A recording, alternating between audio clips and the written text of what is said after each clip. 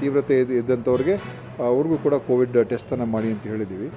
ಮತ್ತು ಉಳಿದಿರತಕ್ಕಂಥದ್ದು ಏನಂತ ಹೇಳಿದ್ರೆ ಹಿರಿಯರು ಮತ್ತು ಬಾಣಂತಿಯರು ಮಕ್ಕಳು ಅವರು ಈ ಜನ ಹೆಚ್ಚಿರುವಂಥ ಪ್ರದೇಶಕ್ಕೆ ಹೋಗೋ ಸಂದರ್ಭದಲ್ಲಿ ಕಡ್ಡಾಯವಾಗಿ ಮಾಸ್ಕ್ ಹಾಕ್ಕೊಳ್ಳಿ ಅಂತಲೂ ಹೇಳಿದ್ದೀವಿ.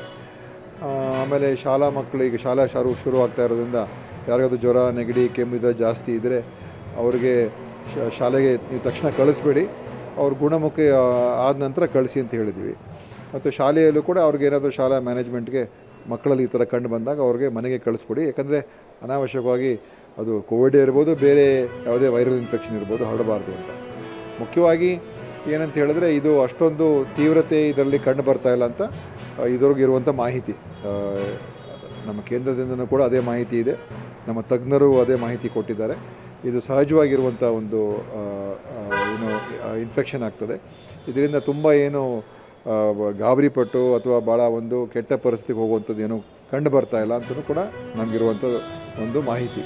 ಆದ್ದರಿಂದ ಇದನ್ನು ಹೆಚ್ಚು ಹರಡದೇ ಇರತಕ್ಕಂಥದ್ದನ್ನು ನೋಡ್ಕೊಳ್ತಕ್ಕಂಥದ್ದು ಈಗ ನಮ್ಮ ಮುಖ್ಯ ಜವಾಬ್ದಾರಿ. ಆಸ್ಪತ್ರೆಯಲ್ಲೂ ನಿನ್ನೆ ಮುಖ್ಯಮಂತ್ರಿಯವರು ಕೂಡ ನಮ್ಮ ಜೊತೆಲೆಲ್ಲ ಕರೆದು ಎಲ್ಲ ಮುಂಜಾಗ್ರತೆ ಕ್ರಮಗಳು ತೊಗೊಳ್ಳೋದಕ್ಕೆ ಅವರು ಆದೇಶ ಮಾಡಿದ್ದಾರೆ. ಈಗಾಗಲೇ ಆಸ್ಪತ್ರೆಗಳಲ್ಲಿ ಏನು ಆಕ್ಸಿಜನ್ ಇರುವಂಥದ್ದಕ್ಕೆ ಬಗ್ಗೆ ಸಪ್ಲೈ, ಆಕ್ಸಿಜನ್ ವ್ಯವಸ್ಥೆ ಸರಿಯಾಗಿರಬೇಕು.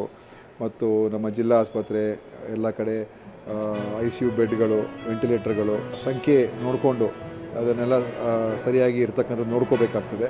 ವೆಂಟಿಲೇಟರ್ಗಳೇನಾದರೂ ರಿಪೇರಿ ಆಗಿದೆ ಅದನ್ನು ಸರಿಪಡಿಸ್ಕೊಳ್ಳಿ ಅಂತಲೂ ಹೇಳಿದ್ದಾರೆ. ಮತ್ತು ಐಸೋಲೇಷನ್ ಆಗುವಂಥ ಸಂದರ್ಭ ಏನೋ ಬಂದಾಗ ಐಸೋಲೇಷನ್ ಎಲ್ಲಿ ಮಾಡ್ಕೋಬೇಕು, ಯಾವ ಒಂದು ವಾರ್ಡ್ಗಳು ಮಾಡ್ಕೋಬೇಕು ಅಂತೇಳಿ ಅದನ್ನೆಲ್ಲ ನಿಗದಿ ಮಾಡ್ಕೊಳ್ಳೋಕ್ಕೂ ಕೂಡ ಹೇಳಿದ್ದೀವಿ. ಆದ್ದರಿಂದ ಮತ್ತು ಎಲ್ಲ ನಮ್ಮ ಜಿಲ್ಲಾ ಕೇಂದ್ರಗಳಿಗೆ RT-PCR ಕಿಟ್ಸನ್ನು ಕೂಡ ಕಳಿಸ್ಕೊಟ್ಟಿದ್ದೀವಿ. ಸೊ ಟೆಸ್ಟಿಂಗನ್ನು ಎಲ್ಲಿ ಅಗತ್ಯ ಇರುವಂಥದ್ದು ಕಡೆ ಮಾತ್ರ ಮಾಡಬೇಕು ಅಂತ ಹೇಳಿದ್ದೀವಿ. ಸೊ ಈ ಥರ ಎಲ್ಲ ನಾವು ಮುಂಜಾಗ್ರತೆ ಕ್ರಮಗಳು ತೊಗೊಂಡಿದ್ದೀವಿ. ಇಷ್ಟು ನಮ್ಮ ಸರ್ಕಾರದಿಂದ